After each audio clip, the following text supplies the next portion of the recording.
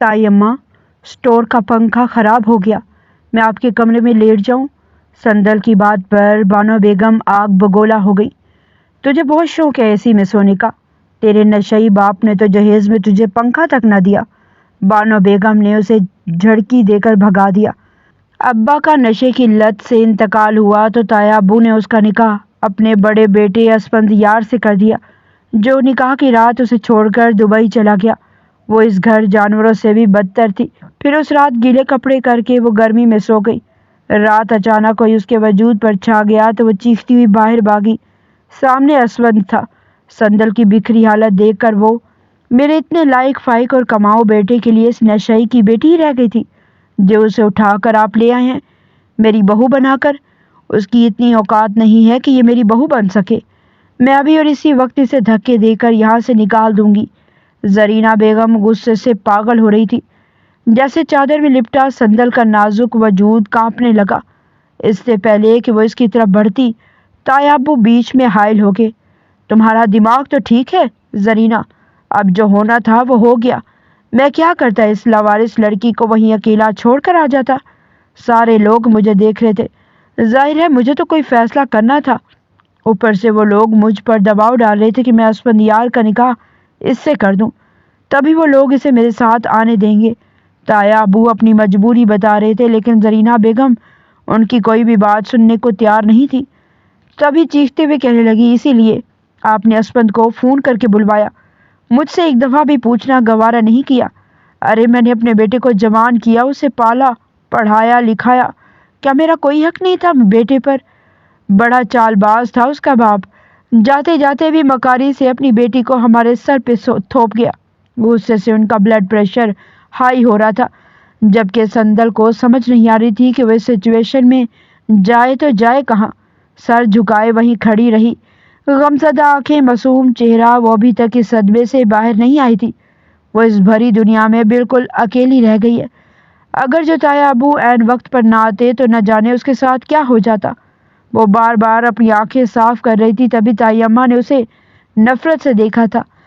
یہ تو سوگ پھیلانے آئی ہے ہمارے گھر میں منحوس، اتنی جلدی اپنے ماں باپ کو کھا گئی، اب ہمیں کھانے آ گئی ہے۔ ادھر دیکھنا، یہ ہمارا گھر برباد کر کے رہے گی۔ زرینہ بیگم نے انگلی اٹھا کر تایا ابو کو وارن کیا تھا، تبھی اسفند اپنے کمرے سے نکل کر آیا تھا۔ آپ کو پریشان ہونے کی ضرورت نہیں امی، میں نے اس رشتے کو قبول ہی نہیں کیا۔ ابو نے بس سب لوگوں کے سامنے مجھے ہاں کہنے کو کہا اور میں نے اس نکاح نامے پر سائن کر دیے، ورنہ اس لڑکی کو میں کبھی اپنی بیوی کے روپ میں قبول نہیں کروں گا۔ سندل کی نظریں زمین میں گڑ گئی تھی اسفند کی بات پر۔ اس کے الفاظ سن کر زرینہ بیگم کو سکون محسوس ہوا۔ ٹھیک ہے میرے بچے، لیکن اب تم واپس جانے کا ارادہ مت کرنا، میں تمہیں اپنی آنکھوں سے اتنی دور نہیں جانے دوں گی۔ زرینہ بیگم نے اس کی منتیں کی تھی۔ اسفندیار نے نفی میں سر ہلایا تھا۔ اگر اب وہ اپنی مرضی کا فیصلہ مجھ پر نہ تھوپتے تو میں شاید دبئی جانے کا میں ارادہ ترک کر دیتا، لیکن 2 دن بعد میں جا رہا ہوں، کیونکہ ہر چیز میں ابو نے میری مخالفت کی۔ ساری زندگی وہ یہی کرتے آئے ہیں اور آج اس لڑکی کو میرے سر پر بٹھا دیا۔ کیا ایسی لڑکیوں کے ساتھ بھی زندگی گزاری جاتی ہے جو بے شعور ہوں، جسے زمانے کے ساتھ چلنا بھی نہ آئے؟ حالت دیکھیں آپ اس لڑکی کی۔ اسفندیار تنفر سے سندل کو دیکھ رہا تھا۔ بہت ہی بوسیدہ کپڑے، لمبی قمیض جو گھٹنوں سے بھی نیچے تھی، پرانی چپل اور اوپر سے کالی چادر لپیٹ کر وہ کونے میں کھڑی تھی، اسی ملازمہ نوکرانی سے کم نہیں لگ رہی تھی۔ تبھی تو اسفندیار کی آنکھوں میں اس کے لیے تحقیر تھی۔ کہاں وہ ایلی سے شادی کرنے کے خواب دیکھ رہا تھا جو دبئی میں اس کے ساتھ جاب کرتی تھی۔ فرانس سے تعلق رکھنے والی ایلی اس کی مردانہ وجاہت، شخصیت پر جان چھڑکتی تھی۔ دونوں میں خاصی گہری دوستی ہو گئی تھی، لیکن دونوں نے ہی ابھی تک آپس میں کسی قسم کی محبت یا پھر شادی کرنے کا اقرار نہیں کیا تھا۔ جب وہ پاکستان آ رہا تھا تب بھی وہ بہت اداس نظر آ رہی تھی۔ Asfi, you are going to Pakistan? You all come back, want you? اس نے بڑی آس سے پوچھا تو اسفند مسکرا دیا۔ کیوں نہیں، ضرور واپس آؤں گا۔ وہ اسے کیسے بتاتا کہ وہ اپنا دل یہیں پر چھوڑ کر جا رہا ہے؟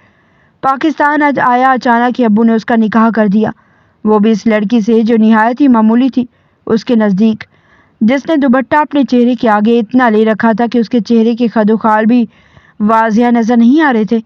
اسفند نے اعلان کر دیا تھا کہ وہ 2 دن بعد واپس دبئی جا رہا ہے۔ تایا ابو پریشان ہو گئے تھے، جبکہ تائی اماں فخر سے لاؤنج میں بیٹھ گئی تھی۔ بڑی نیک اور باادب بچی ہے، تمہاری خدمت کرے گی زرینہ، اسے اس گھر میں جگہ دے دو۔ تایا ابو نے ان کی منتیں کی تھی، تبھی وہ اکڑ کر کہنے لگی، ٹھیک ہے، اسٹور میں پڑی رہے گی۔ یہ اس سے زیادہ میں اس کا اختیار اس گھر پر برداشت نہیں کروں گی، اور یہ بھی سن لیں کہ یہ خود کو اس گھر کی مالکن نہ سمجھے۔ اسفند واپس اپنے کمرے میں پیکنگ کرنے چلا گیا تھا، جبکہ تایا ابو کہنے لگے کہ جاؤ سندل بیٹا، تم وہ جو سامنے اسٹور ہے وہاں کی صفائی کر کے اپنا سامان وغیرہ رکھ دو۔ وہ سر ہلا کر واپس پلٹ گئی تھی۔ پہلے تو یوں ہی بیٹھ کر دیر تک ہچکیاں لے لے کر روتی رہی، پھر خود کو تسلی دلاسے دیتے ہمت کر کے اٹھی اور یہاں پڑے کباڑ وہ سائڈ پہ کر کے اپنے سونے کی جگہ بنانے لگی۔ اب دن رات اس کے یہیں گزرنے والے تھے، جس سے نکاح ہوا تھا اس نے تو بیوی ماننے سے ہی انکار کر دیا تھا، اور اس گھر میں بہو کی حیثیت سے آئی تھی تو وہ جانتی تھی کہ آگے اس کی حیثیت کسی ملازمہ سے کم نہیں ہوگی۔ بس میرے مالک تو جس حال میں خوش رکھے۔ آخر اس نے دل سے ایک آہ بھری اور گھٹنوں میں منہ چھپا لیا۔ دوسرے دن اسفند واپس جا رہا تھا۔ اسفند بیٹا مت جاؤ، میں تمہارے بغیر کیسے رہوں گی؟ زرینہ بیگم رو رہی تھی۔ وہ بیزاری سے کہنے لگا، مجھے جانا ہی ہوگا امی، کوئی میرا وہاں انتظار کر رہا ہے۔ یہ بات سندل نے بھی سن لی تھی، جو چند قدم کے فاصلے پر کچن میں کھڑی برتن دھو رہی تھی۔ اس کا دل دھک سے رہ گیا۔ ایک چھوٹی سی امید تھی، وہ بھی ہاتھوں سے گئی۔ اس کا مطلب ہے کہ اسے ساری زندگی ایک لمبا سفر طے کرنا پڑے گا۔ اور پھر اسفند چلا گیا۔ در حقیقت اسے جانا ہی تھا۔ وہاں ایلی اس کا انتظار کر رہی تھی، وہ ایلی جس کی آنکھیں نیلی اور رنگت بے حد گوری تھی، جو بے پناہ خوبصورت لیکن ایک کرسچن لڑکی تھی۔ اب زرینہ بیگم کی توپوں کا رخ سندل کی طرف ہو گیا۔ اسفند کے علاوہ ان کے 3 بچے تھے۔ شہریار جو اپنی پھپھو کے گھر گیا ہوا تھا، دوسرے شہر میں اس سے چھوٹی شازمین تھی جو دوسرے شہر کے ہاسٹل میں پڑھائی کر رہی تھی۔ پھر دوسرے دن ہی شہریار واپس آ گیا۔ جیسے اس نے اپنے دھیان میں گھر میں قدم رکھا تو دوسری طرف سے آتی ہوئی سندل سے اس کی ٹکر ہو چکی تھی۔ سندل سٹپٹا کر فوراً اس کی طرف دیکھنے لگی۔ وہیں شہریار غصے سے کہنے لگا، وٹ دی ہیل، اندھی ہو کے دکھائی نہیں دیتا تمہیں؟ وہ اس سے پہلے کہ وہ مزید کچھ کہتا، جیسے ہی اس کی نظر سندل کے چہرے پر پڑی تو وہ دیکھتا رہ گیا، کیونکہ جھٹکا کھانے کی وجہ سے سندل کا دوپٹہ کھل چکا تھا اور اس کا چہرہ مکمل طور پر اس کے سامنے تھا۔ اس کا حسین سراپا دیکھ کر شہریار تو پل کے چھپکنا بھی بھول گیا، جبکہ سندل معافی مانگتی فوراً وہاں سے پلٹ چکی تھی۔ تب تک شہریار نے اس کا سر سے لے کر پاؤں تک ہر طرح سے مکمل طور پر جائزہ لے لیا تھا۔ واؤ وٹ اے بیوٹی! اس کی پہلی نظر سندل پر گئی تھی۔ وہ اتنی خوبصورت لڑکی کو دیکھ کر چونک گیا جو اس کے گھر میں کام کرتی پھر رہی تھی۔ تبھی وہ اپنی ماں سے کہنے لگا کہ آپ نے نئی نوکرانی رکھ لی ہے۔ یہ سن کر وہ زور سے ہنسی تھی، پھر مذاق اڑاتے ہوئے کہنے لگی کہ ارے نوکرانی نہیں، یہ تمہارے غفور چچا کی بیٹی ہے، وہی تمہارے نشئی چچا جس سے تمہارے باپ نے سارے تعلقات ختم کر کے اسے دھکے دے کر گھر سے نکال دیا تھا، بیوی بچوں سمیت۔ لیکن دیکھو آج اس کے دل میں اتنی ہمدردی جاگ گئی کہ اس نشئی کی بیٹی کو اپنی بہو بنا کر لے آئے۔ یہ سن کر شہریار کی آنکھیں پھٹی کی پھٹی رہ گئیں۔ یہ کیا کہہ رہی ہیں امی، کیا یہ ہماری بھابھی ہیں؟ تو زرینہ بیگم منہ بنا کر کہنے لگی، بھابھی صرف نام کی، ورنہ یہ اس گھر کی ملازمہ بن کر آئی ہے اور اس کی حیثیت ہمیشہ ملازمہ کی رہے گی۔ اس کی وجہ سے میرا بیٹا واپس چلا گیا۔ ایک بار پھر ان اپنے بڑے بیٹے کی یاد آئی تھی، جبکہ شہریار کو سندل کی ذات میں دلچسپی محسوس ہوئی۔ وہ چادر میں لپٹی سارا دن کام کرتی رہتی، 1 منٹ بھی سکون نہیں کرتی۔ رات کے 11 بجے فارغ ہو کر وہ اپنے اسٹور نما کمرے میں جا کر آرام کرتی، نہ جانے جاگتی رہتی تھی یا پھر سو جاتی تھی۔ اس کی زندگی بڑی عجیب ہو گئی تھی۔ وہ حیرت سے سوچتی، کیا کسی انسان کے ساتھ زندگی ایسے بھی مذاق کرتی ہے؟ جب وہ صرف 10-11 سال کی تھی تب اس کی امی کا انتقال ہو گیا تھا۔ اس کی ماں بھی لاوارث ہی تھی، ننیھال والے تھے نہیں۔ غفور اس کا باپ جسے نشے کی لت نے برباد کر دیا تھا۔ وہ تو محلے پڑوس کے لوگ اچھے تھے جو سندل کی مدد کر دیا کرتے تھے۔ جب تک امی بیمار رہی، دوائیوں کے پیسے، گھر چلانے کے پیسے محلے میں رہنے والا ایک خدا ترس آدمی دے دیا کرتا تھا۔ اس کی خوش قسمتی تھی کہ وہ ایک سرکاری اسکول میں پڑھائی بھی کر رہی تھی۔ جس باجی سے مدرسے پڑھنے جاتی، اسی نے سندل کو کہا تھا کہ پڑھ لکھ کر اگر تم اپنے پیروں پر کھڑی ہو جاؤ تو بہت کچھ کر سکتی ہو۔ پھر امی کا انتقال ہو گیا لیکن اس نے اپنی پڑھائی نہیں چھوڑی۔ میٹرک کرنے کے بعد وہ محلے کے بچوں کو ٹیوشن پڑھانے لگی۔ ابا جب بھی گھر آتا اس کے ہاتھ پہ چند پیسے رکھ دیتا۔ وہ دل ہی دل میں ابا سے ناراض ہوتی لیکن پھر سوچتی کہ جب انہوں نے اپنی اتنی زندگی گزار لی ہے آگے بھی گزارا ہو جائے گا۔ اس کا یہ خیال نہیں تھا کہ ایک دن ابا اسے چھوڑ کر چلا جائے گا۔ وہ تو ایک دن ابا گھر آیا تو اس کی اتنی حالت بگڑ گئی کہ اس کے ہاتھ پیر پھول گئے تھے۔ وہ محلے کے چچا کے ساتھ ابا کو ڈاکٹر کے پاس لے کر گئی، جس نے بری خبر سنائی تھی کہ زہریلا مشروب پینے کی وجہ سے ان کی ایسی حالت ہے، بچنے کی کوئی امید نہیں۔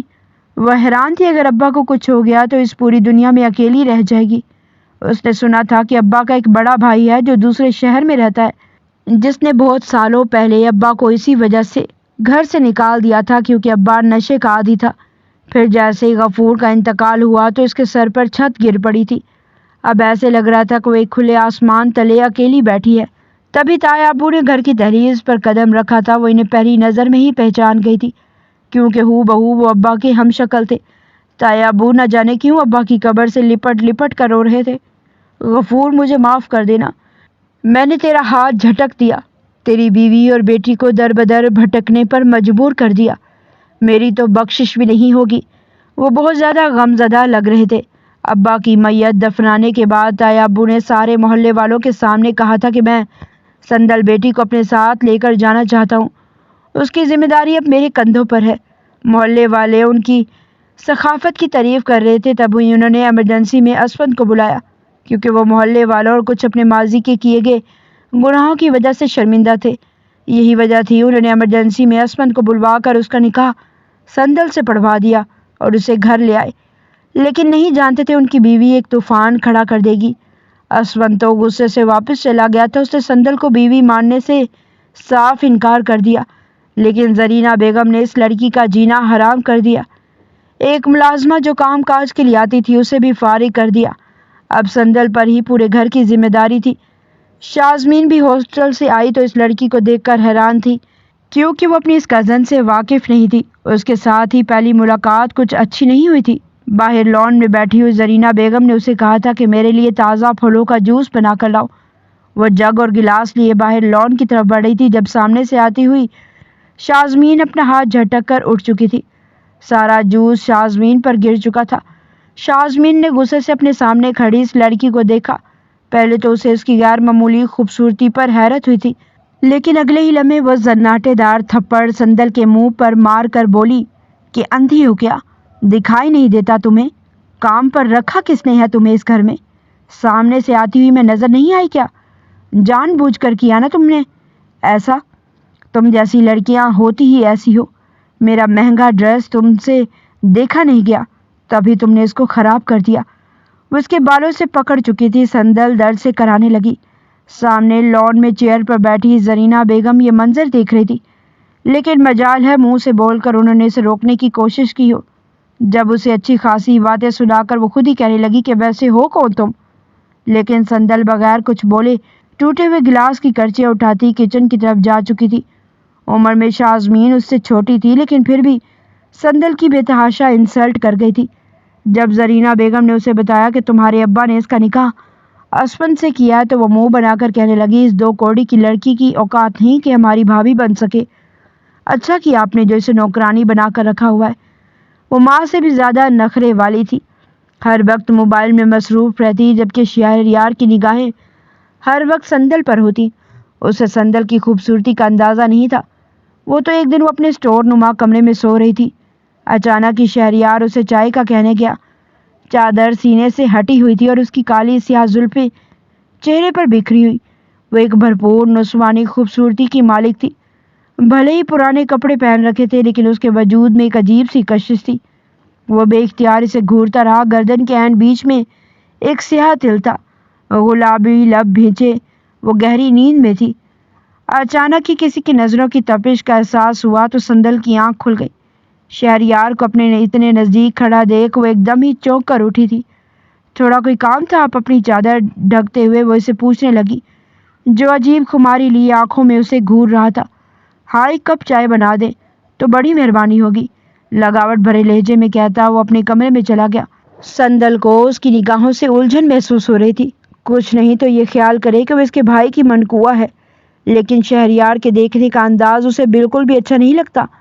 اسپند دبئی کی نوکری کی وجہ سے اس گھر کے حالات بدل گئے تھے، اور تایا ابو تائی امی کے کمرے میں اے سی تھا تو شہریار کے کمرے میں بھی، اور شازمین تو واپس ہاسٹل چلی گئی تھی۔ لیکن اس چھوٹے سے اسٹور میں سندل کی زندگی ایک عجیب پریشانی سے گزر رہی تھی۔ گرمی اور حبس اسے پوری رات نیند بھی نہیں آتی، اوپر سے شہریار جس نے اس دن رات پریشان کر رکھا تھا۔ اس دن بھی وہ کچن میں کام کر رہی تھی جب اس کے بے حد نزدیک آ کر کھڑا ہو گیا اور افسوس بھرے لہجے میں کہنے لگا کہ ویسے اسفند بھائی کو تو آپ جیسی خوبصورت لڑکی کی قدر ہی نہیں ہے۔ دیکھیے کس چیز کی کمی نہیں ہے آپ کے اندر، شکل فگر کیا کچھ نہیں ہے آپ کے پاس؟ اس کی نظریں سیدھے سندل کے وجود سے ٹکرا رہی تھی، بار بار وہ اس کے نشیب و فراز پر نظریں گاڑ رہا تھا۔ پھر کہنے لگا کون اپنی اتنی حسین بیوی کو شادی کے اگلے دن ہی چھوڑ کر چلا جاتا ہے؟ ارے لڑکے تو اتنی حسین بیوی سے شادی کر لیں تو دن رات کمرے سے نہیں نکلتے، بلکہ یہی کوشش ہوتی ہے کہ زیادہ سے زیادہ وقت اپنی بیوی کے ساتھ گزاریں، اس کے ساتھ رومانس کریں۔ لیکن بھائی بڑے ہی ناشکرے ہیں جو آپ جیسی حسین لڑکی کی قدر نہ کر سکے۔ وہ جس انداز میں بول رہا تھا سندل کے وجود میں ایک جھرجھری سی آ رہی تھی، اس کا لہجہ ہمدردانہ بالکل بھی نہیں تھا۔ وہ اپنا دوپٹہ ٹھیک کرتے ہوئے کہنے لگی کہ آپ کو میری فکر کرنے کی ضرورت نہیں، میں ایسے بھی بہت خوش ہوں۔ ایک دم ہی وہ بے حد اس کے قریب آ گیا تھا۔ اگر اتنی خوش ہو تو چہرے سے بھی ظاہر ہونا چاہیے۔ مجھے بے وقوف بنانے کی ضرورت نہیں ہے، میں اچھے سے جانتا ہوں سارا کچھ۔ آخر کو تم بھی ایک لڑکی ہو، تمہارے بھی ارمان ہوں گے، جذبات ہوں گے۔ شادی کے اگلے روز تو لڑکیوں کے چہرے پر ایک الگ ہی رونق ہوتی ہے، جس سے پتہ چلتا ہے کہ اس کا اور اس کے شوہر کا تعلق بڑے اچھے سے گزر رہا ہے۔ لیکن تمہارے چہرے پر ویسی کوئی رونق دکھائی نہیں دے رہی، الٹا دن بہ دن تمہاری خوبصورتی ماند پڑتی جا رہی ہے۔ وہ بڑی مشکل سے ضبط کرتی ہوئی اسے پلٹ کر دیکھ کر کہنے لگی کہ میں نے کہا نا آپ کو فکر کرنے کی ضرورت نہیں ہے، مجھے اس گھر میں 2 وقت کا کھانا مل جاتا ہے۔ میں اپنے تایا کے گھر موجود ہوں، تایا جی کا رویہ میرے ساتھ ٹھیک ہے، میرے سے اچھے سے بات کر لیتے ہیں، بس اس سے زیادہ مجھے کچھ نہیں چاہیے، میں اسی میں خوش ہوں۔ لیکن وہ ہنس کر کہنے لگا ویسے خوش ہونا ہے تو میرے پاس ایک طریقہ ہے۔ اس کی مکروہ نظریں سندل کے وجود سے ہٹنے کا نام نہیں لے رہی تھی۔ تبھی وہ کانپ اٹھی، وہ تو اچانک ہی زرینہ بیگم آ گئی تو شہریار بھی ادھر ادھر ہو گیا۔ وہ سندل سے کہنے لگی ایک کام کو لے کر بیٹھ جاتی ہو، کہا بھی تھا کہ آج مشین لگانی ہے، تم تو بڑی ہی ہڈ حرام ہو، اپنے باپ کے گھر میں بھی کیا عیاشی کرتی تھی، ویسے وہاں تم دونوں ماں بیٹی کا گزارا کیسے ہوتا تھا؟ ان کے لہجے میں طنز تھا۔ سندل نے ان کی بات کا جواب دینا ضروری نہیں سمجھا تھا، ویسے بھی خاموش رہنا اس کی عادت بن گئی تھی۔ تبھی زرینہ بیگم کو اس کی خاموشی پر آگ لگ گئی، چبھتے ہوئے لہجے میں کہنے لگی یہ شہریار تمہارے بہت آگے پیچھے گھومتا ہے، تم یہ تو نہیں سوچ رہی کہ بڑے بھائی نے تو گھاس نہیں ڈالی تو چلو چھوٹے بھائی سے ہی معاملہ سیٹ کر لیتی ہوں۔ ان کے لہجے میں کڑواہٹ تھی۔ تائی اماں میں ایسا کیوں سوچوں گی، میں جیسے بھی رہ رہی ہوں سر چھپانے کو ٹھکانہ میسر ہے، یہی کافی ہے میرے لیے۔ اس کی آواز بڑی دھیمی تھی۔ اچھا میرے سامنے زیادہ زبان چلانے کی ضرورت نہیں۔ انہوں نے فوراً ہی اسے جھڑکا تھا اور کچن سے باہر چلی گئی۔ سندل نے خاموش نگاہیں سالن کی پتیلی پر جما دی تھی جس میں سے بے تحاشا بھاپ اٹھ رہی تھی، اور ایسے ہی دھواں اس کے دل سے اٹھ رہا تھا جو دکھائی نہیں دے رہا تھا۔ اس کی سلگتی نگاہیں اوپر آسمان کی طرف گئی تھی۔ وہ صرف اپنے رب سے شکوہ کرتی تھی، کسی انسان کے سامنے نہیں۔ سال کسی مہینے کی طرح گزرتے چلے گئے۔ اسفند نے وہاں جانے کے بعد کسی قسم کا کوئی رابطہ نہیں کیا تھا۔ گھر والوں کے لیے پیسے ہر مہینے بھجوانا وہ نہیں بھولتا تھا۔ یہی وجہ تھی کہ گھر میں دولت کی ریل پیل تھی۔ سب نے اپنی اپنی عیاشی کا سامان اپنی سہولت کے مطابق گھر میں رکھ لیا تھا۔ ایک سندل ہی تھی جس کی زندگی کسی عذاب سے کم نہیں تھی۔ دن رات وہ چولہا چوکی میں مصروف رہتی، کپڑے دھونا، صفائی کرنا، ہر کام اس کی ذمہ داری تھی۔ خود وہ اپنے اسی اسٹور میں رہتی جس کا پنکھا بھی اب بہت ہلکا ہلکا چلنے لگا تھا۔ شدید گرمی کے موسم اس کا وجود پسینے سے شرابور ہوتا، لیکن زبان سے وہ کسی کے سامنے شکوہ نہ کرتی۔ ادھر شہریار جیسا بھیڑیا اس کی طاق میں رہتا کہ کب اسے موقع ملے۔ اگر سندل ذرا سا بھی موقع دے دیتی تو وہ بہتی گنگا میں ہاتھ دھونے سے نہ پیچھے ہٹے۔ لیکن سندل کو اپنی عزت، اپنے وجود کی حفاظت کرنے کو اچھی طرح سے آتی تھی۔ اسپند سے جو اس کا کاغذی رشتہ تھا وہ نام کا تھا، کیونکہ کوئی بھی اسے اس رشتے کے حوالے سے اہمیت دینے کو تیار ہی نہیں تھا۔ وہ جس انسان سے نکاح ہوا تھا وہ تو اسے اپنی بیوی ہی تسلیم نہیں کرتا تھا۔ کوئی نہیں جانتا تھا کہ اسمند ایلی سے شادی کر چکا ہے۔ اس نے یہاں سے جاتے ہی ایلی کو پرپوز کیا تو اس نے فوراً ہاں کر دی تھی۔ یوں دونوں نے خاموشی سے شادی کر لی، لیکن ایلی نے مسلمان ہونے سے صاف انکار کر دیا تھا۔ اسمند کسی بھی حال میں اس سے شادی کرنا چاہتا تھا۔ وہ اسے خبر بھی نہیں ہونے دینا چاہتا تھا کہ پاکستان میں وہ ایک نکاح کر چکا ہے۔ دونوں ایک خوشگوار زندگی گزارنے لگے۔ شادی کے 2 مہینے ہوئے تھے جب ایلی پریگننٹ ہو گئی۔ اسمند تو بہت ہی خوش تھا، لیکن ایلی کو یہ ذمہ داری بوجھ لگ رہی تھی۔ ایک دن اسمند نے یوں ہی باتوں کے درمیان اسے کہا کہ ہمارا بچہ مسلمان ہوگا اور ہم اس کا مسلم نام رکھیں گے۔ اس بات پر ایلی بکھر گئی۔ اس نے اسمند کی بات ماننے سے صاف انکار کر دیا تھا، لیکن وہ نہیں جانتا تھا کہ ایلی ڈاکٹر کے پاس جا کر اس بچے کو ضائع کروانے کی ناکام کوشش کر چکی ہے۔ در حقیقت وہ ابھی بچہ پیدا کرنا ہی نہیں چاہتی تھی۔ وہ ایک تتلی تھی جو کسی ایک پھول پر نہیں ٹھہر سکتی تھی۔ پھر ان کے ہاں ایک خوبصورت سے بیٹے کی پیدائش ہوئی جس کی آنکھیں نیلی اور رنگت بے حد گوری تھی۔ اسمند کے لیے پوری دنیا تھا، لیکن ایلی نے اس کی ذمہ داری اٹھانے سے صاف انکار کر دیا اور صاف کہہ دیا کہ وہ اپنی جاب سے ہرگز ریزائن نہیں دے گی اس بچے کی خاطر۔ بچہ پیدا کرنے کے بعد وہ بہت زیادہ بدل چکی تھی، یا پھر یہ کہا جائے کہ پہلے بھی اس سے بھی زیادہ ماڈرن ہو چکی تھی۔ اسفند یار کے دل میں اس کے لیے محبت پہلے سے بھی زیادہ بڑھ چکی تھی، بالکل ایک مشرقی مرد کی طرح جو اولاد کے بعد بیوی کے مزید قریب ہو جاتا ہے۔ پھر اتنے مہینوں سے وہ اس سے دور بھی رہ رہا تھا۔ جب بھی وہ اس کے قریب آنے کی بات کرتا تو وہ فوراً منع کر دیتی، کہتی کہ انہیں ابھی بھی تو ڈیلیوری جیسے مراحل سے گزر رہی ہوں، پھر آپ ایسا سوچ بھی کیسے سکتے ہیں۔ لیکن اتنے مہینے گزر چکے تھے، اب تو اسفند یار کو بھی الجھن ہونے لگی تھی۔ ایک روز بچے کو سلانے کے بعد اس نے بچے کو بیبی کارٹ میں ڈالا اور اس کے قریب چلایا۔ اس کی کمر میں ہاتھ ڈال کر کھینچ کر اپنے قریب کر کے کہنے لگا، سویٹ ہارٹ، یہ کیا بات ہوئی؟ ویسے تو تم پہلے سے بھی زیادہ نکھر کر تتلی بنی گھوم رہی ہوتی ہو، آفس بھی جا رہی ہوتی ہو، ہر کام تو وقت پر ہو رہا ہے، پھر میرے قریب آنے سے کیا ہو جائے گا؟ میں وعدہ کرتا ہوں سب کچھ بڑے ہی نارمل طریقے سے ہوگا، میں تمہارے ساتھ شدت سے پیش نہیں آؤں گا۔ لیکن وہ فوراً اسے دور کر کے کہنے لگی کہ پلیز، جب ایک دفعہ بول دیا کہ نہیں تو پھر نہیں۔ آپ جیسے مشرقی مردوں کا مسئلہ ہی یہی ہے، بس بچے پیدا کرنے کی مشین سمجھتے ہیں عورت کو۔ ایک بار پھر میں آپ کے قریب آ جاؤں تاکہ آپ دوبارہ سے مجھے پریگننٹ کر دیں، میں یہ سب کچھ دوبارہ سے نہیں سہ سکتی۔ ابھی بھی اسفند یار اپنے بچے کو سنبھالتے ہوئے یہی سوچ رہا تھا۔ اتنی دیر ہو چکی تھی لیکن ابھی تک ایلی گھر نہیں لوٹی تھی۔ اب اسفند کے لیے اکیلے بچے کو سنبھالنا اتنی مشکل ہو گیا۔ وہ ملازمہ بھی افورڈ نہیں کر سکتا تھا کیونکہ وہاں ملازمہ پر ٹرسٹ نہیں کر سکتا تھا۔ دوسری طرف ایک رات ایلی نہیں آئی تو وہ اپنے 6 مہینے کے بچے کو گود میں اٹھائے اس کا انتظار کرنے لگا۔ پریشان بھی ہو گیا کہ کہیں اس کے ساتھ کوئی حادثہ نہ پیش آ گیا ہو۔ لیکن جب رات کے 3 بجے وہ نشے میں دھت گھر میں واپس آئی تو اسفند کا غصے سے برا حال ہو گیا۔ اس کے لیے سب سے زیادہ تکلیف دہ بات تو یہ تھی کہ نیچے ایک لڑکا کھڑا تھا جس کے کندھے کا سہارا لے کر وہ فلیٹ تک پہنچی تھی۔ یہ منظر دیکھ کر اب اسفند یار سے برداشت نہیں ہو رہا تھا۔ نشے میں دھت وہ جیسے ہی گھر میں داخل ہوئی تو بچے کے رونے کی آواز سن کر وہ فوراً بچے کے لیے مغالطات بکنے لگی تھی۔ کہنے لگی کہ چپ کرو، یہ ہر وقت روتا رہتا ہے، جب سے میری زندگی میں آیا ہے میرے سکون کو برباد کر کے رکھ دیا ہے۔ لیکن پہلی بار اسفند یار اس پر ہاتھ اٹھا چکا تھا۔ اسی دن ان کے درمیان بہت ہی خطرناک جھگڑا ہوا تھا۔ ایلی نے چیخ چیخ کر لوگوں کو جمع کر لیا اور سب کے سامنے اسفند کو مجبور کیا کہ وہ اسے طلاق دے۔ وہ ایک بالکل مشرقی گھٹیا شخص ہے جس کے ساتھ اس کا گزارا ممکن نہیں۔ اسفند نے اسے اس شرط پر طلاق دے دی کہ وہ بچہ اپنے پاس رکھے گا۔ وہ اپنے بچے کو اس نشئی عورت کے حوالے ہرگز نہیں کرے گا۔ ایلی کو بھی شوق نہیں تھا بچے کی ذمہ داری لینے کا۔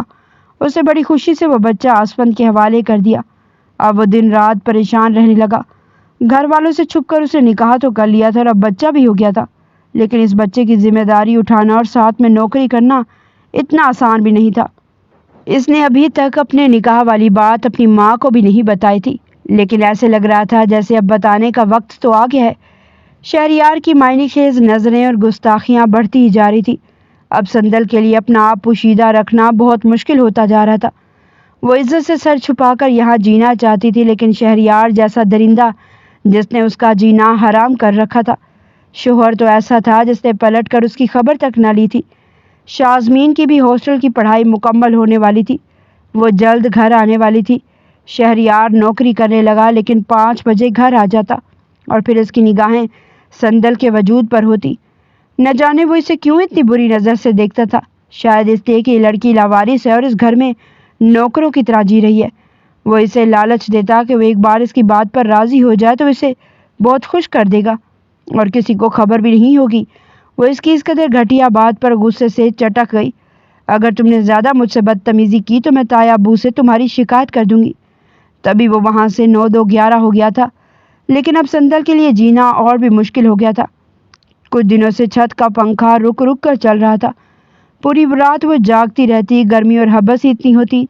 گرمی کی وجہ سے اسے ہلکا ہلکا بخار بھی ہو گیا تھا اور آج تو پنکھے نے چلنے سے انکار کر دیا۔ وہ بے بسی سے چھت کو دیکھ رہی تھی۔ گرمی میں لیٹے ہوئے وہ بے چینی سے کروٹ بدل رہی تھی۔ دوپہر کا وقت تھا۔ تایا ابو اور شہریار دونوں میں سے کوئی بھی گھر نہیں تھا۔ تائی اماں اکیلی ہی اے سی میں بڑے آرام سے سو رہی تھی۔ تبھی اس نے ان کے کمرے کا دروازہ بجایا۔ تائی اماں، اسٹور کا پنکھا خراب ہو گیا، میں آپ کے کمرے میں لیٹ جاؤں تھوڑی دیر کے لیے؟ اس کے سر میں شدید درد ہو رہا تھا، آنکھیں بھی سرخ ہو رہی تھی۔ زرینہ بیگم نے اسے گھور کر دیکھا تھا۔ اوہو، مہارانی کو بھی شوق ہو گیا اسی میں لیٹنے کا۔ تیرے باپ نے تو 1 ٹکا نہیں دیا جہیز میں، خالی ہاتھ تجھے رخصت کر دیا تو کون سا پنکھا لے کر آئی ہے اپنے جہیز میں جو تجھے پنکھا خراب ہونے کا اتنا دکھ ہو رہا ہے؟ اے سی میں سونے کا بہت شوق ہے تجھے، اوقات دیکھی اپنی 2 کوڑی کی لڑکی، جا دفع ہو جا اپنے کمرے میں۔ آج اے سی میں سونے کی ضد کر رہی ہے، کل کو ہمیں بھی گھر سے باہر نکالے گی۔ کہیں یہ تو نہیں پتہ چل گیا کہ یہ تیرے شوہر کی کمائی آ رہی ہے تبھی یہ گھر چل رہا ہے؟ تو اس خوش فہمی میں مت رہنا، اسپند نے نہ تجھے کل اپنی بیوی کے روپ میں قبول کیا تو نہ کبھی کرے گا، اس لیے چپ چاپ یہاں سے چلی جاؤ اور میرے سامنے تو مت ہی آیا کر، مجھے تیری شکل بھی بری لگتی ہے۔ زرینہ بیگم نے اسے 2 کوڑی کر کے رکھ دیا تھا۔ وہ تھکے ہوئے قدموں سے واپس اسٹور روم میں آ گئی اور حیرت سے سوچنے لگی کہ کوئی کسی سے اتنی نفرت کیسے کر سکتا ہے۔ پھر اسی تھکن اور بخار زدہ وجود لیے وہ رات کا کھانا بنانے لگی۔ اس نے کھانا بھی نہیں کھایا، تھکی ہاری یوں ہی اسٹور میں آ کر لیٹ گئی۔ پنکھا تو ویسے ہی خراب تھا، کسی پرانے گتے سے ہوا کرتی وہ سونے کی کوشش کرنے لگی، اب بھی سکون نہیں آ رہا تھا۔ بخار کی شدت کی وجہ سے ایک بے چینی تھی جو اس کے وجود پر طاری تھی۔ پھر وہ باتھ روم میں گئی اور اس نے اپنے کپڑے گیلے کر لیے کہ کچھ تو سکون ملے، گرمی میں راحت کا احساس ہو۔ یہی سوچ کر وہ زمین پر لیٹ گئی تھی۔ گیلے کپڑے تھے، کچھ ٹھنڈ کا احساس ہوا تو اس کی بھی آنکھ لگ گئی، لیکن نہیں جانتی تھی کوئی اس کی طاق میں ہے۔ وہ شہریار ہی تھا جو آدھی رات کو اپنے کمرے میں جاتا جاتا پلٹ کر سندل کے پاس رکا تھا، پھر اس کے نوخیز وجود کو دیکھنے لگا۔ جسم کی رعنائیاں پرکشش وجود لیے ہوئے اپنے جوبن پر تھی۔ وہ دوپٹے سے بے نیاز نیچے فرش پر لیٹی تھی۔ بخار کی شدت کی وجہ سے اسے کوئی ہوش نہیں تھا۔ تبھی شہریار اس کے بے حد نزدیک ہو کر بیٹھ گیا اور اس کے ہر چہرے پر ہاتھ پھیرا جہاں اس کی زلفیں چہرے سے چپکی ہوئی تھی۔ اچانک ہی وہ جھکا تھا اور اس کے وجود پر چھا گیا۔ اسی دوران سندل کی آنکھ کھل گئی۔ اس سے پہلے کہ اس کے منہ سے چیخ نکلتی، شہریار نے اپنا بھاری ہاتھ اس کے منہ پر رکھ دیا تھا۔ آج نہیں، بس بہت برداشت کر لیا، اب اور برداشت نہیں ہوتا۔ وہ اس کے وجود کو مسلنے کی کوشش کرتا، نہ جانے کیا کر بیٹھتا۔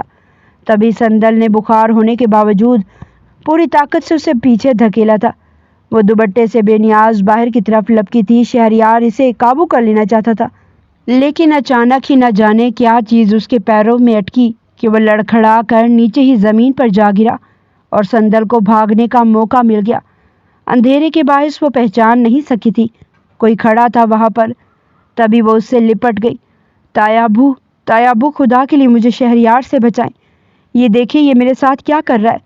اور ننگے سر بکھرے بال لیے اس وجود سے لپٹ گئی تھی، لیکن نہیں جانتی تھی سامنے تایا ابو نہیں بلکہ اسپند تھا، جس کی گود میں ایک 10 مہینے کا بچہ بھی تھا۔ اس کی سانسیں بری طرح اتھل پھل ہو رہی تھی۔ اچانک ہی صحن میں روشنی ہوئی، تبھی سندل نے اس کا چہرہ دیکھا اور اپنے آپ میں سمٹ کر رہ گئی۔ اسے یقین نہیں آ رہا تھا کہ سامنے اسپند کھڑا ہے، جو حیرت سے بت بنا سندل کو دیکھ رہا تھا جو بکھری حالت میں اس کے سامنے تھی۔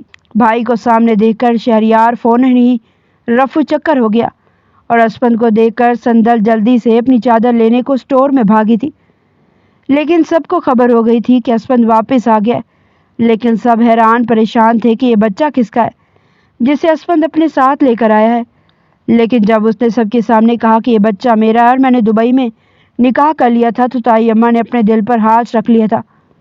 میں نے اس بدبخت عورت کو طلاق دے دی ہے، وہ گھر بسانے کے لائق نہیں تھی امی۔ امی آپ ہی بتائیں، اب میں نوکری کرتا یا اس بچے کو پالتا جو میرے جگر کا ٹکڑا ہے۔ سب اس بچے کے ارد گرد جمع تھے اور سندل کچن میں خاموشی سے کام کر رہی تھی۔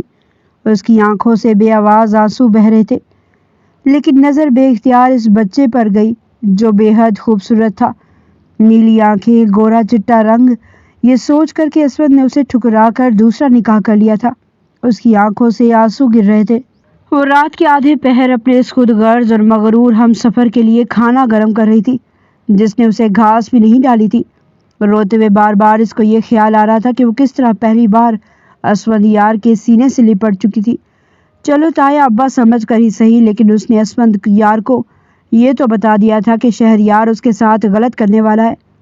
پھر کیسا شوہر تھا یہ؟ اس کے اندر کیا غیرت نام کی چیز نہیں تھی؟ یا پھر اس کے دل میں میرے لیے اتنی ہی نفرت تھی کہ اس نے ایک بار بھی اپنے بھائی سے سوال نہیں کیا کہ تم میری منکوہا کے ساتھ اس طرح کی حرکت کر کیسے سکتے ہو؟ لیکن وہ شاید اتنی ہی گری پڑی تھی کہ اس کے شوہر کے لیے اس کی عزت کی کوئی معنی نہیں رکھتی تھی۔ سوچ سوچ کر اس کی آنکھوں میں آنسو آ رہے تھے جب وہ تپتے وجود کے ساتھ ڈائننگ ٹیبل پر اس کے لیے کھانا لگا چکی تھی۔ زرینہ بیگم نے بیزار نظر اس پر ڈالی، وہیں شہریار نے بھی اسے ایک نظر دیکھا تھا۔ بچے کو تو زرینہ بیگم اٹھا ہی چکی تھی، آخر کو وہ ان کا اپنا خون تھا۔ دھیرے دھیرے اسفندیار کھانا کھا رہا تھا۔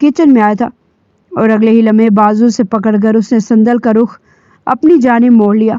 غصے سے کہنے لگا کہ خبردار، جو تم نے گھر میں سے کسی کے سامنے کچھ بھی بتانے کی کوشش کی تو ورنہ ایک دفعہ تو بچ گئی ہو، اگلی دفعہ بچ نہیں پاؤ گی۔ وہ حشر کروں گا کہ کسی کو منہ دکھانے لائق نہیں رہو گی۔ ابھی تم جانتی نہیں ہو مجھے، شہریار خانزادہ نام ہے میرا، ایسی جگہ مار ماروں گا کسی کو بتا بھی نہیں پاؤ گی۔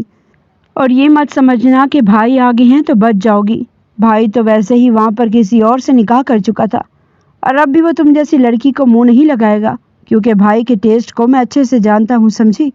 اپنی زبان بند رکھو گی تو ہی فائدے میں رہو گی، الٹا تمہارے کردار پر ہی بات آئے گی۔ یہ کہہ کر وہ اس سے مزید کچھ کہتا تبھی دروازے پر اسفندیار آ کر کھڑا ہو چکا تھا۔ اس نے شہریار کو کچن میں جاتا دیکھ لیا تھا، اٹھ کر فوراً کچن کے دروازے پر آیا اور فوراً شہریار کو آواز دے کر کہنے لگا کہ شہریار، تم یہاں کیا کر رہے ہو؟ یہاں پر جب تک مجھے یاد پڑتا ہے تم نے تو مہینوں کچن کا رخ تک کبھی نہیں دیکھا تھا۔ پھر ایسا کیا ہو گیا اپنی بھابھی سے؟ کیسی راز و نیاز کی باتیں ہو رہی ہیں؟ جہاں پر شہریار کے چہرے کی رنگت اڑی تھی وہیں سندل کو کچھ ڈھارس ملی، وہ اپنا دوپٹہ ٹھیک کرنے لگی، گیلے بالوں کو کان کے پیچھے کرنے لگی، رنگت سرخ ہو رہی تھی۔ شہریار ہچکچاتے ہوئے کہنے لگا کہ کچھ نہیں بھائی، میں بس یہاں پر یہ گلاس رکھنے آیا تھا، ورنہ اس دو کوڑی کی لڑکی سے مجھے کیا کام ہو سکتا ہے؟ جس قدر نفرت بھرے انداز میں شہریار بولا تھا، اسفندیار اس کی طرف دیکھنے لگا اور پھر چلتا ہوا سیدھا سندل کے قریب آیا تھا۔ سندل اپنا سانس رکتا ہوا محسوس ہوا، آنکھوں میں آنسو آنے لگے۔ جیسے وہ اپنا رخ پھیر کر برتن دھونے لگی تو وہ فوراً کہنے لگا، تم کس حلیے میں میرے سامنے آئی تھی؟ گیلے بال، گیلا وجود، تم جانتی ہو تمہاری قمیض تمہارے وجود سے چپکی ہوئی تھی، ایسی حالت میں تم گھر میں کیسے گھوم سکتی ہو جب تمہیں پتہ ہے کہ اس گھر میں تمہارا تایا اور تمہارا جوان کزن بھی موجود تھا؟ وہ اسے گھور کر دیکھ کر بولا تھا، جب وہ اپنے آنسو صاف کرتے ہوئے کہنے لگی کہ مجھے بخار تھا بہت تیز، اسٹور روم میں شدید گرمی ہے اور پنکھا بھی کام نہیں کر رہا، اس لیے خود کو ٹھنڈک دینے کے لیے میں بال گیلے کر کے سونے کی کوشش کر رہی تھی۔ وہ ہچکیاں بند کر روتے ہوئے بول رہی تھی۔ جیسے شہریار نے اس کی آواز سنی تو فوراً کمرے میں زرینہ بیگم کی طرف گیا تھا، اسے تو اپنی جان کے لالے پڑتے محسوس ہو رہے تھے۔ کمرے میں جاتے زرینہ بیگم کو کہنے لگا کہ آپ یہاں پر اپنے اس انگریز پوتے کے ساتھ لگی ہیں اور وہاں بھائی کچن میں نہ جانے اس لڑکی کے ساتھ کیا باتیں کر رہا ہے۔ مجھے تو لگتا ہے یقیناً وہ آپ کے خلاف بھائی کو بھڑکانا شروع ہو چکی ہے، جلدی جائیے، جانتا تھا کہیں وہ اپنا راز نہ کھولنا شروع کر دے، اس لیے اس نے اپنی ماں کو بھیجا تھا۔ زرینہ بیگم نے جیسے ہی اسفندیار کو وہاں پر کھڑے دیکھا تو انہوں نے آواز دے کر کہا کہ بیٹا اتنی گرمی میں کچن میں کیا کر رہے ہو؟ کہیں تم نے اس لڑکی کو اپنانے کا فیصلہ تو نہیں کر لیا؟ کچن میں کھڑے ہو کر کیسی باتیں کر رہے ہو تم؟ اس کے ساتھ تو اسفندیار کہنے لگا کہ نہیں، میں بس اس کی حالت دیکھ رہا تھا، آج سے 2 سال پہلے جب میں اس کو چھوڑ کر گیا تو اس کی حالت کچھ بہتر تھی، لیکن یہاں رہتے ہوئے اور اب بخار میں اس کا وجود تپ رہا ہے. کم از کم انسانیت کے ناطے ہی آپ اس کو ڈاکٹر کے پاس لے کر جاتی. اور اسٹور روم کا پنکھا کر خراب ہے تو آپ نے ٹھیک کیوں نہیں کروایا؟ ہمارے ہاں نوکروں کے ساتھ بھی ایسا سلوک نہیں کیا جاتا مام جیسا آپ اس کے ساتھ کر رہی ہیں. ایک دم سے اس کی طرفداریاں سن کر وہ اس کا بازو پکڑ کر کمرے میں لے کر آ چکی تھی. کہنے لگی کہ تم کس لیے اس کے ساتھ اتنی ہمدردیاں جتا رہے ہو؟ جانتے نہیں اس لڑکی کو. آج اگر اس کے ساتھ نرمی برتی تو کل کو ہمیں دھکے مار کر اس گھر سے نکالے گی اور خود اس گھر کی مالک بن جائے گی. وہ بھی بات کر ہی رہی تھی جب اسفندیار کے والد بھی وہیں پر آ گئے. تایا ابا کہنے لگی کہ وہ اس گھر کی مالک بنتی بھی ہے تو ٹھیک ہے، اس کا حق ہے. میں پہلے ہی اس کے باپ کا بہت حق کھا چکا ہوں. وہ ایک گہری سانس خارج کر کے کہنے لگے کہ بیٹا جانتے ہو تم اب اتنے بھی چھوٹے نہیں تھے. تمہاری عمر اس وقت 15 سال تھی جب ہمیں اپنی فیکٹری میں شارٹ سرکٹ ہو جانے کی وجہ سے لاکھوں کا نقصان ہوا تھا. تمہاری اس ماں سے میں نے بولا تھا کہ وہ کنگن اور ہار سیٹ بیچ دو، مجھے اپنے کاروبار میں انویسٹمنٹ کرنی ہے. جیسے ہی دوبارہ میرے قدم مستحکم ہوں گے تو میں تمہیں اس سے بھی اچھا اور بھاری ہار سیٹ کنگن بنوا دوں گا. لیکن تمہاری ماں الٹا مجھ سے لڑ جھگڑ کر میکے جا کر بیٹھ گئی تھی، تمہیں بھی چھوڑ کے چلی گئی تھی. دونوں چھوٹے بچے اپنے ساتھ لے گئی تھی اور انہی دنوں ان کی ایک امیر کبیر کزن بھی دوسرے ملک سے آ چکی تھی جو خیر سے پہلے ہی ان سے شادی کرنے کی خواہش مند تھی. ان کی باتوں میں آ کر تمہاری ماں مجھ سے طلاق تک لینے والی تھی. زرینہ بیگم نے جب اپنی آنکھوں کے سامنے ماضی کی باتیں سنتی تو فوراً تلملا کر رہ گئی. کہنے لگی کہ ہائے ہائے یہ بچوں کے سامنے کیسی باتیں کر رہے ہیں، آپ کو ذرا شرم نہیں آتی پرانی باتیں چھیڑتے ہوئے. لیکن تایا ابا کہنے لگے کہ ہاں میں اس لیے بتا رہا ہوں کہ جو ہوا سو ہوا. لیکن اس وقت یہ سندل کی ماں ہی تھی اور میرا بھائی تھا جنہوں نے اپنے گاؤں کی زمین بیچی. بھابھی بھلے ہی غریب گھر سے تھی لیکن پھر بھی انہوں نے اپنے بیٹے کے لیے جمع کی ہوئی سونے کی چوڑیاں اور بالیاں اتار کر مجھے دے دی تھی کہ لے بھائی بیچے اور اپنا کاروبار ٹھیک کریں. لیکن میں نے کیا کیا؟ آخر میں اپنے بھائی کو دھکے مار کر نکال دیا تھا. آج اگر میں کسی مقام پر کھڑا ہوں تو اس لڑکی کے ماں باپ ہی اس کا احسان کا نتیجہ ہے. اسفندیار کو یہ سب کچھ سن کر کچھ ہوا تھا. زرینہ بیگم نے ہمیشہ اس کے دل میں اس کے چچا غفور اور ان کے گھر والوں کے لیے نفرتیں بھری تھی. لیکن آج یہ سب کچھ سن کر اسے سندل پر بے ساختہ ترس آیا اور وہی شہریار پر غصہ بھی آیا. کچھ دیر ماں باپ کے ساتھ بیٹھنے کے بعد اس نے اپنے بچے کو اٹھایا اور کمرے کی طرف آنے لگا. شہریار بھی اٹھا تو اس کے پاس جا کر کھڑا ہو گیا. شہریار کہنے لگا کہ جی بھائی کچھ کہنا چاہتے ہیں آپ؟ وہ ماتھے پر بل ڈال کر کہنے کہ آئندہ کے بعد میں تمہیں تمہاری بھابھی کے ساتھ اس قدر قریب کھڑا نہ دیکھوں اور نہ ہی تم ان سے کوئی فالتو بات کرو گے. اگر میں نے کوئی بھی ایسی ویسی حرکت دوبارہ دیکھی تو مجھ سے برا کوئی نہیں ہوگا. وہ اسے کڑی نظروں سے دیکھتا اپنے بچے کو لیے کمرے میں آ گیا جبکہ شہریار تو فوراً سے اپنے کمرے میں گیا تھا. اگلی صبح اس نے اسٹور روم میں نیا پنکھا لگوایا تھا. ملازموں سے کہہ کر اسٹور روم کی مکمل صاف صفائی کروائی تھی اور ایک اچھا سا آرام دہ بستر وہاں پر رکھوایا کیونکہ باقی گھر کے جتنے بھی خالی کمرے تھے ان سب کو تو زرینہ بیگم نے تالا لگا کر رکھا ہوا تھا. زرینہ بیگم نے یہ دیکھا تو ماتھے پر بل پڑتے جا رہے تھے. لیکن اسفندیار کہنے لگا کہ آپ نے کل رات سنا نہیں، کم از کم میں جیسا بھی ہوں احسان فراموش نہیں ہوں. وہ لڑکی جہاں رہ رہی ہے کم از کم اسے وہاں پر پنکھا اور آرام دہ بستر تو میسر ہو. زرینہ بیگم اپنے بیٹے سے کسی طرح کی کوئی بات کر کے اسے خود سے دور جاتا نہیں دیکھ سکتی تھی، اس لیے خاموش ہو گئی. پوتے کا نام انہوں نے شازم رکھا تھا جو بڑا ہی پیارا تھا. شازمین تو بس دور دور سے اسے پیار کرتی تھی. ابھی بھی زرینہ بیگم اور شازمین اسے اٹھا کر بیٹھی تھی جب اس نے اپنا پیمپر خراب کر دیا. زرینہ بیگم نے جب دیکھا کہ بچے سے اسمیل آ رہی ہے تو فوراً شازمین سے کہنے لگی کہ جاؤ بیٹا اس کا پیمپر چینج کر دو، اتنی گرمی ہے کہیں ریشز نہ ہو جائیں. شازمین ماتھے پر بل ڈال کر کہنے لگی واٹ، آپ ہوش میں ہیں؟ کیا کہہ رہی ہیں؟ میں اور اس کا ڈائپر چینج کروں؟ مجھ سے ایسے الٹے سیدھے کام نہیں ہوں گے، آپ خود کر لیں. لیکن زرینہ بیگم تو اپنے ناک پر مکھی تک نہیں بیٹھنے دیتی تھی. اپنے بچے کو اتنا روتا دیکھ کر اسفندیار کمرے سے باہر آ گیا. غصے سے کہنے لگا کہ ابھی تک آپ لوگوں نے اس کا ڈائپر چینج نہیں کیا. صبح 7 بجے سے اس کا ڈائپر خراب ہے.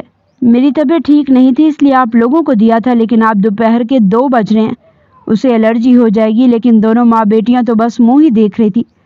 بچہ کو روتا دیکھنا سندل سے برداشت نہ ہوا. فوراً آگے بڑھی اور اسے شازم کو اٹھا لیا تھا اسے چپ کرواتے ہوئے اس نے خود اس کا ڈائپر چینج کیا تھا، اسے نہلا دھلا کر صاف ستھرے کپڑے پہنائے۔ بہت جلدی وہ سندل سے مانوس ہو چکا تھا، اور یہ دیکھ کر کہیں نہ کہیں اسفندیار کو کچھ تسلی بھی ہوئی۔ اس کی ماں اور بہن تو بالکل بھی اس کے بچے کا کوئی کام نہیں کرتی تھی، لیکن سندل باقی گھر سنبھالنے کے ساتھ ساتھ اس کے بچے کا خیال بھی رکھنے لگی تھی۔ لیکن ابھی تک اس کے دل میں اسفندیار کے لیے کوئی محبت کے جذبات پیدا نہیں ہوئے تھے۔ ایک روز شازم کو شدید بخار ہو گیا، اور ایسے میں اسفندیار سے وہ اکیلا سنبھالا نہیں جا رہا تھا۔ اس سے کہنے لگا کہ تم ایسا کرو، آج رات کمرے میں رک جاؤ۔ کمرے کا نام سنتے ہی وہ ہچکچا چکی تھی۔ کہنے لگی کہ جی آپ کیا کہہ رہے ہیں، میں آپ کے کمرے میں کیسے رہ سکتی ہوں؟ تائی جی کو پتہ چلا تو وہ میری جان لے لیں گی۔ اسفندیار کہنے لگا کہ میں تمہیں اپنے بیٹے کی خاطر بلا رہا ہوں۔ جب سے تمہارے ساتھ اٹیچ ہوا ہے اب میرے پاس بھی چپ نہیں ہوتا۔ ہر وقت وہ تمہیں ڈھونڈتا ہے، شاید تمہیں اپنی ماں کو تلاش کر رہا ہے۔ پلیز تم آج رات میرے کمرے میں رک جاؤ۔ یوں وہ اسفندیار کے کمرے میں آ چکی تھی۔ اے سی کی ٹھنڈی ٹھنڈی ہوا نے اسے سکون بخشا تھا۔ اس کی گود میں آتے ہی شازم گہری نیند سو گیا، اور وہ بھی جیسے ہی نیم دراز بیڈ پر سو چکی تھی۔ جب اسفندیار نے اسے سوتے دیکھا تو فوراً اس معصوم سی لڑکی پر امٹ کر پیار آیا تھا۔ دھیرے دھیرے وہ اس کی طرف مائل ہونے لگا تھا۔ اسے دونوں پر کمفرٹ اڑا دیا اور خود بھی دوسری طرف لیٹ گیا۔ زرینہ بیگم اس بات سے بے خبر تھی کہ پچھلے ایک ہفتے سے ہر رات سندل اس کے کمرے میں رک رہی ہے۔ ایک روز کسی عزیز کے ہاں انتقال ہو چکا تھا۔ اسفندیار اپنی ماں اور باپ کو لے کر اس طرف چلا گیا۔ شازمین تو گھر میں پہلے ہی موجود نہیں تھی۔ شہریار جیسے ہی گھر آیا اور اسٹور روم میں اس نے سندل کو دیکھا تو ایک بار پھر سے اس کے سیاہ کرتوت جاگ چکے تھے۔ آج وہ یہ موقع ہاتھ سے جانے نہیں دینا چاہتا تھا۔ فوراً اسٹور روم میں آ کر اس نے دروازے کو لاک کیا اور ایک بار پھر اس نے سندل کے ساتھ غلط کرنے کا سوچا تھا۔ سندل چلاتے ہوئے اسے دور دھکا دے کر کہنے لگی کہ یہ کیا کر رہے ہیں آپ؟ شرم نہیں آتی آپ کو؟ میں اسفندیار کو بتا دوں گی۔ لیکن وہ اپنا ہاتھ اس کے کندھے پر رکھ چکا تھا۔ یوں کھینچا تانی میں اس کی قمیض تھوڑی تار تار بھی ہو چکی تھی۔ بڑی مشکل سے اس نے شہریار کو خود سے الگ کیا تھا اور روتے ہوئے مدد پکارتی کمرے سے باہر نکلی تھی۔ ایک بار پھر اتفاق سے سبھی گھر آ چکے تھے۔ اس بار اسفندیار اکیلا نہیں تھا بلکہ اس کے ساتھ زرینہ بیگم اور تایا جی بھی موجود تھے۔ وہ روتے ہوئے سیدھا جا کر تایا ابا کے سینے سے لگی تھی۔ تبھی شہریار بھی اپنی شرٹ کے بٹن ٹھیک کرتا سامنے آیا تھا۔ یہ منظر دیکھ کر سبھی شاکڈ ہو چکے تھے۔ وہ روتے ہوئے تایا ابا سے کہنے لگی کہ شہریار میرے ساتھ غلط کرنے کی کوشش کر رہا تھا، پلیز مجھے بچا لیں۔ لیکن شہریار نے فوراً بات پر قابو پاتے ہوئے کہا کہ جھوٹ بول رہی ہے یہ لڑکی، ایک نمبر کی چلاک عورت ہے۔ آپ نہیں جانتے پچھلے 2-2.5 سال سے یہ مجھے قابو کرنے کی کوشش کر رہی ہے، بار بار کہتی ہے کہ میں تم سے محبت کرتی ہوں، اسفندیار سے مجھے طلاق دلوا کر مجھ سے شادی کر لو، اور آج موقع دیکھ کر خود میرے قریب آ گئی۔ میں تو اسے خود سے دور کر رہا تھا، لیکن جیسے ہی آپ لوگوں کو دیکھا اس نے تو فوراً بھاگ کر باہر آ گئی تاکہ مجھ سے انکار کا بدلہ لے سکے۔ زرینہ بیگم تو فوراً اپنے بیٹے کی بات پر یقین کر چکی تھی۔ سندل کو بالوں سے پکڑ کر کہنے لگی کہ کیوں ری، میرا ایک بیٹا تمہارے قابو میں نہ آیا تو دوسرے پر اپنے حسن کے جلوے دکھانا شروع کر دیے۔ اسفندیار طلاق دو اس لڑکی کو، ابھی کے ابھی طلاق دو، میں اسے اس گھر میں بالکل برداشت نہیں کروں گی۔ ذرا شرم لحاظ نہیں ہے اس کو؟ ارے جب باپ نشہ کرتا تھا تو یہ بھی ایسی ہی بدکردار قسم کی ہے۔ نہ ختم کرو اس سے سارے رشتے۔ لیکن اس سے پہلے ہی وہ کچھ کہتا وہ فوراً غش کھا کر گر چکی تھی۔ اسفندیار نے فوراً آگے بڑھ کر اسے پکڑا تھا۔ زرینہ بیگم کہنے لگی بس شروع ہو گئے اس لڑکی کے ڈرامے۔ میں تمہیں بتا رہی ہوں اس وقت یہ صرف اور صرف ڈرامہ ہے، اس سے زیادہ اور کچھ نہیں ہے۔ یہ لڑکی بڑی چال باز ہے، منہ پہ پانی کے چھینٹے مارو ہوش آ جائے گا اسے۔ لیکن وہ کہنے لگا کہ نہیں، اسے ڈاکٹر کے پاس لے کر جانا پڑے گا۔ ایک نظر اس نے شہریار پر ڈالی تھی جس کے چہرے کی ہوائیاں اڑی ہوئی تھی۔ صاف ظاہر تھا وہ جھوٹ بول رہا ہے۔ زرینہ بیگم اور تایا جی بھی ساتھ گئے تھے۔ جب ڈاکٹر نے اس کا چیک اپ کیا تو کہنے لگے ان کے ہسبینڈ کون ہیں؟ اسفندیار فوراً کہنے لگا جی میں ہوں ان کا ہسبینڈ۔ مسکرا کر کہنے لگے کہ مبارک ہو، آپ باپ بننے والے ہیں۔ یہ سن کر زرینہ بیگم کے پیروں تلے سے زمین نکل چکی تھی۔ کہنے لگی کہ ڈاکٹر یہ کیا کہہ رہی ہیں آپ؟ یہ لڑکی ماں بننے والی ہے؟ ڈاکٹر مسکرا کر کہنے لگی کہ جی مبارک ہو، آپ دادی بننے والی ہیں۔ ساتھ ہی اس نے کچھ دوائیاں پرچے پر لکھ کر دے دی کہ جی ان کو باقاعدگی سے دینی ہے۔ لیکن زرینہ بیگم تو وہیں پر اپنے بیٹے سے کہنے لگی کہ دیکھ لیا اس لڑکی کا کریکٹر، پتہ نہیں کس کے ساتھ اس نے منہ کالا کر ڈالا۔ گھر لاتے ہوئے اسے کہنے لگی کہ ابھی کے ابھی طلاق دو اس لڑکی کو۔ پتہ نہیں کس کے ساتھ اس نے یہ سب کچھ کیا، لیکن اسفندیار خاموشی سے اس لڑکی کو دیکھ رہا تھا۔ اسے پاکستان آئے ہوئے بمشکل 2 مہینے ہی ہوئے تھے، اور ان 2 مہینوں میں وہ اپنے گھر والوں کا رویہ اس معصوم کے ساتھ دیکھ چکا تھا۔ آخر کب تک خاموش رہتا؟ اگلے ہی لمحے اس نے زرینہ بیگم کو کھا جانے والی نظروں سے دیکھا، پھر کہنے لگا، ماں آپ نے ایک بار بھی اپنے بیٹے سے پوچھا، شہریار سے سوال کیا کہ وہ ہر وقت اس لڑکی کے آگے پیچھے کیوں گھومتا رہتا تھا؟ اگر یہ لڑکی اسے سچ میں اپنی طرف راغب کرنے کی کوشش کر رہی تھی تو اس نے سب کے سامنے اس لڑکی کی انسلٹ کیوں نہیں کی؟ یا پھر آپ کو آ کر کیوں نہیں بتایا؟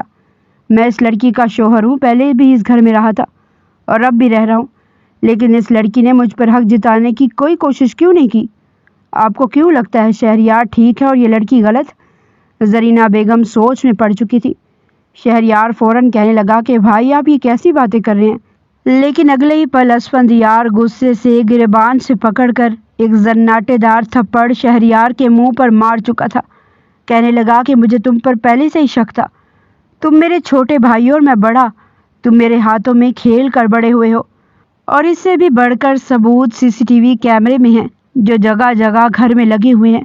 میں پاکستان آنے کے بعد اس پورے 2 سال میں جو کچھ یہاں پر ہوا، ایک ایک دن کی ریکارڈنگ چیک کر چکا ہوں۔ جس طرح تم اس لڑکی پر نظر رکھ رہے تھے، اس کے آگے پیچھے گھوم رہے تھے اور راتوں کو اٹھ کر اس کے کمرے کے باہر کھڑے ہو کر اسے دیکھ رہے تھے، کچھ بھی مجھ سے ڈھکا چھپا نہیں رہا۔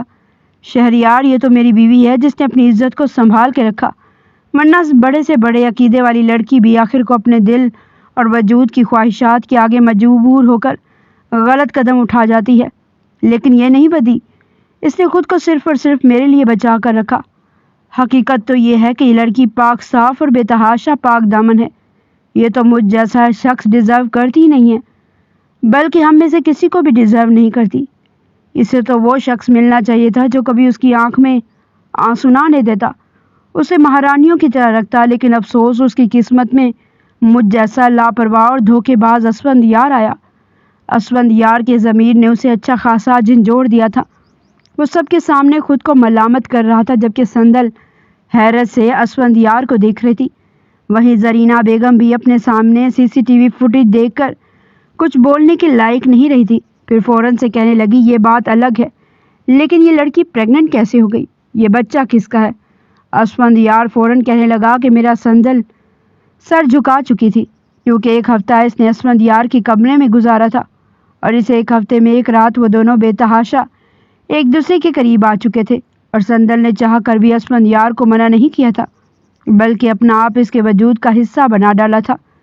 زرینہ بیگم سے یہ بات ہضم نہیں ہوئی تھی، لیکن اسفندیار نے صاف الفاظ میں کہہ دیا کہ ماں، اگر آپ نے اس لڑکی کو بہو کا درجہ نہ دیا، اسے وہ سارے حقوق نہ دیے، میری بیوی نہ مانا، میں اسے یہاں سے لے کر ہمیشہ ہمیشہ کے لیے لندن چلا جاؤں گا اور پھر کبھی واپس نہیں آؤں گا۔ زرینہ بیگم خاموش ہو چکی تھی، کیونکہ جانتی تھی یہ جو گھر چل رہا ہے وہ اسفندیار کی کمائی سے ہی چل رہا تھا۔ اس نے ایک بار پھر سندل سے معافی مانگی تھی، وعدہ کیا تھا کہ وہ اسے اس کے سارے حقوق دلوائے گا، اور پھر اس نے اب سندل کو اپنے کمرے میں رکھا تھا، برانڈڈ سوٹس لا کر دیے، دنیا کی ہر چیز اس کے قدموں میں لا کے رکھ دی۔ سندل کی زندگی میں سکون بھلے ہی دیر سے آیا تھا، لیکن آ چکا تھا۔ وہیں اسفندیار کی محبت دیکھ کر وہ کچھ اطمینان میں آ چکی تھی۔ جلد ہی اس نے بیٹی کو جنم دیا تھا۔ اسفندیار بہت خوش تھا، اس نے دونوں بچوں کے عقیقے بھی کروائے تھے۔ مسکرا کر کہنے لگا کہ اب میری زندگی مکمل ہو گئی، مجھے بیٹا اور بیٹی دونوں مل گئے، اور ایک پیاری سی بیوی بھی۔ بلا شبہ وہ اس سے بے تحاشا محبت کرتا تھا، لیکن پھر بھی یہ بات کئی سال گزر جانے کے بعد بھی سندل کے دماغ سے نہ نکل سکی کہ آخر مرد کی محبت کیسی ہوتی ہے، آج ایک عورت سے تو کل دوسری سے۔ جس شخص کو ایک وقت تھا جب ایلی کی خاطر اسے چھوڑ کر دوسرے ملک چلا گیا تھا، اس سے نکاح کر کے بچہ بھی پیدا کر لیا، اور پھر ایلی کے دھوکہ دیتے ہی اس کے اندر سندل کے لیے محبت جاگ گئی۔ شاید انسان وقتی اٹریکشن کو بھی محبت کا نام دیا کرتا ہے۔ اسفندیار کے ساتھ بھی کچھ ایسا ہی ہوا تھا، لیکن دوبارہ اس نے سندل کے حق میں کسی طرح کی کوئی کوتاہی نہیں برتی تھی۔